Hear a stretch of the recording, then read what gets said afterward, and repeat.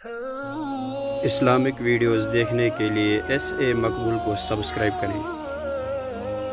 رہا ہے افسوس، آج اسلام کے ماننے والوں کی ذہنیت کتنی بدل چکی ہے، ان کے سوچنے کا انداز کہاں سے کہاں پہنچ گیا ہے۔ عزیزو، میری یہ گفتگو اگر کسی ہوش مند کے لیے کھلجان کا سبب بن رہی ہو تو اس کے ازالے کے لیے چند وضاحتیں پیش کرتا ہوں۔ اسلامی دستور کے اعتبار سے بندوں کے اوپر دو طرح کے حقوق عائد ہوتے ہیں، جنہیں حقوق اللہ اور حقوق العباد کے نام سے تعبیر کیا جاتا ہے۔ حقوق اللہ مطلب ہوتا ہے وہ ذمہ داریاں جو اللہ نے اپنی طرف سے بندوں پر عائد کی ہے، ان کی ادائیگی بقدر استطاعت، مثلا نماز، روزہ، حج، زکوٰۃ کی ادائیگی۔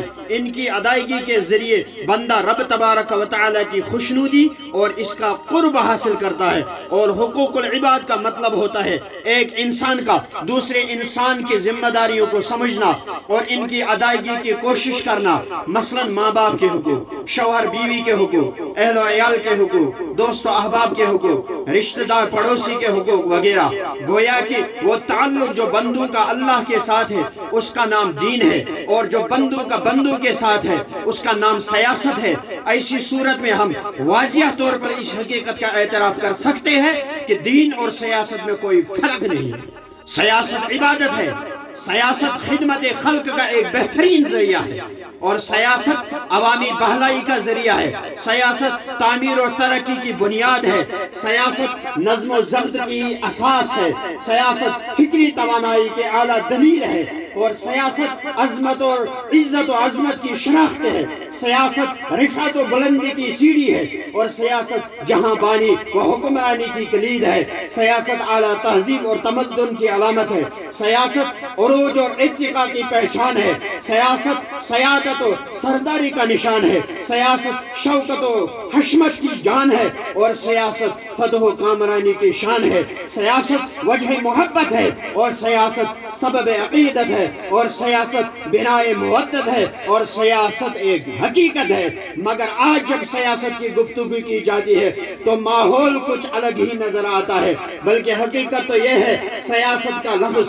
سنتے ہی ذہن و فکر میں دجل و فریب، جھوٹ اور وعدہ خلافی، وحشت اور بربریت، نفرت اور حقارت، عیش پرستی، لذت کوشی، رشوت خوری، مفاد پرستی کی بھیانک تصویر ابھرتی جاتی ہے۔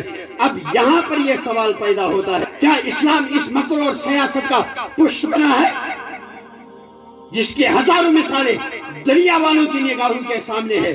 میرے بزرگ و دوستو، میں سمجھتا ہوں کہ ہر سلیم الفطرت انصاف پسند انسان اس کا جواب نفی میں دے گا، خواہ وہ کسی فرقہ، کسی مذہب، کسی دھرم کا ماننے والا ہو، خواہ وہ کسی علاقے اور کسی خطے کا رہنے والا ہو۔